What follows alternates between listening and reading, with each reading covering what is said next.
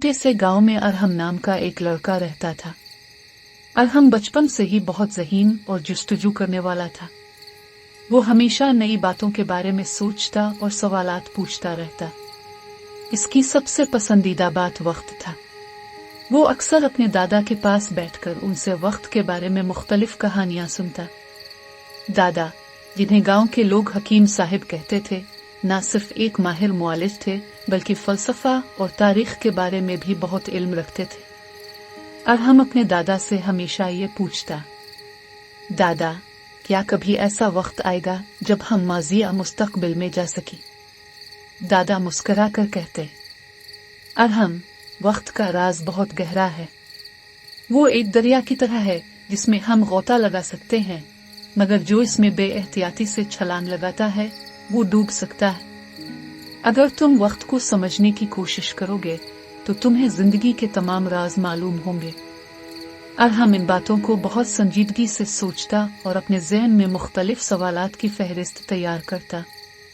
वो हमेशा ये सोचता कि अगर वो वक्त को पीछे या आगे मोड़ सकता तो क्या होता। वक्त की घड़ी का राज। एक दिन जब अरहम अपने दादा के कमरे में किताबें तरतीब दे रहा था, उसकी नजर एक पुरानी किताब पर पड़ी जिस पर सुनहरी हरूफ में लिखा था, वक्त का राज। अरहम ने फौरन किताब खोली और इसमें दर्ज अल्फाज को पढ़ना शुरू किया। किताब में लिखा था कि वक्त में सफर करने के लिए एक पुरस्रार घड़ी की जरूरत है जो न सिर्फ वक्त को दिखाती है बल्कि इसमें सफर भी कर सकती है। ये घड़ी अरहम के दादा के पास थी, लेकिन वो कई साल पहले गुम हो चुकी थी। घड़ी की तलाश करना मेरी तकदीर है, अरहम ने दिल में फैसला किया। किताब में लिखा था कि घड़ी को दोबारा चालू करने के लिए 3 अहम चीजें दरकार थी। 1. एक खास चाबी। 2. दिल की कुव्वत। 3. वक्त की पहचान। अरहम ने यह फैसला किया कि वो इन तीनों चीजों को तलाश करेगा ताकि वो घड़ी को चलाने के काबिल हो सके। तक पहुंचने की पहली कुंजी है घड़ी का चालू होना। अब अरहम के पास वो चाबी थी जिसकी उसे जरूरत थी, लेकिन घड़ी को चलाने के लिए उसे दिल की कुव्वत और वक्त की पहचान दरकार थी। अरहम ने अपने दिल में खुद को मजबूत किया और घड़ी को अपने हाथों में पकड़कर कहा, मैं वक्त के राज को समझना चाहता हूँ। मुझे माजी और मुस्तकबिल का सच जानना है।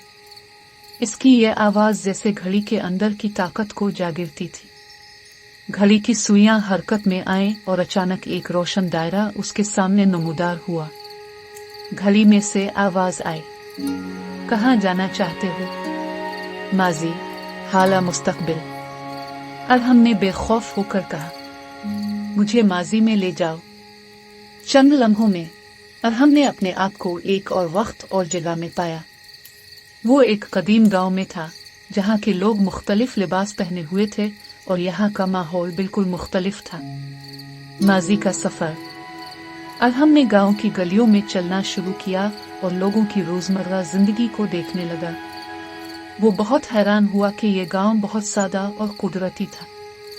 हर तरफ खेतों में काम करते लोग, घरों के सामने खेलते बच्चे और कुदरत के हुसैन मनाजिर थे।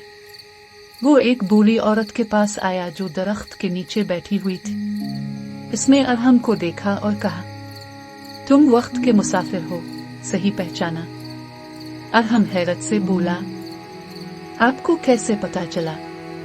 बूढ़ी औरत मुस्कुरा कर बोली, वक्त का मुसाफिर हमेशा अपनी तकदीर को पहचानता है। तुम यहाँ आए माल किया है और उनकी जिंदगी कैसी है? अरहम ने घड़ी को दोबारा घुमाया और कहा, मुझे 100 साल आगे ले जाओ। चंद लम्हों में अरहम खुद को एक जदीद दुनिया में पाया। ये एक शानदार शहर था जहां बुलंद और बाला इमारतें आसमान को छू रही थी और सड़कों पर हवा में चलती हुई गाड़ियां नजर आ रही थी। अरहम की नजरें चमक अलिफाट है, लेकिन जल्द ही उसने महसूस किया कि इस दुनिया में इंसानों के बीच कोई